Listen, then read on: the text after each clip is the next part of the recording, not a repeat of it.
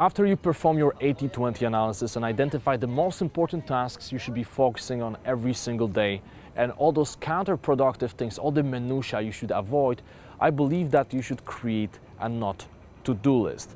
Now, most people have a to-do list, and it's great because obviously you want to keep a track of things you have to do. Okay, you can look at the list and at least you know what you need to perform during the day.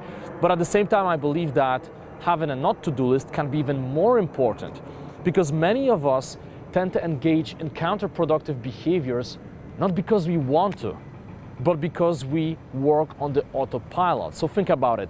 Do you really want to waste your time? Do you really enjoy those moments when in the evening you look back at your day thinking, oh my God, I wasted so much time, I can't believe, when you have those situations when you say to yourself, okay, I'm gonna watch this TV series for 25 minutes and then 3 or 4 hours later you realize, I can't believe I wasted so much of my time. You don't like those situations, you hate them. I hate those situations. But still, those things happen to us because we work on the autopilot. However, when you have a not to-do list, you're more likely to avoid those situations. So what I want you to do is to take a big piece of paper, just jot down, ideally take a big marker and just say not to-do list, and jot down all of those key counterproductive activities you tend to engage yourself in.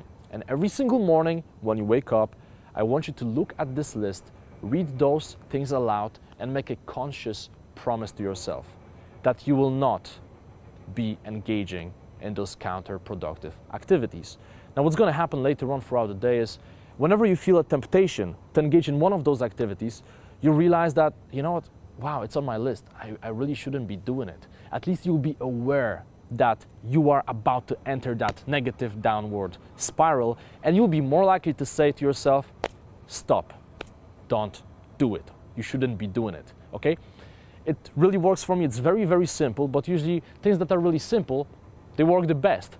And this technique is tremendous. Sometimes I have situations that I wake up in the morning and instead of just doing my morning ritual, just, creating this nourishing environment for myself and doing things that really matter, I procrastinate. I engage in BS behaviors. It happens to everybody, okay? But whenever I look at my not to-do list, at least I remind myself of what I'm doing. And it's much easier for me to say to myself, all right, stop, just stop.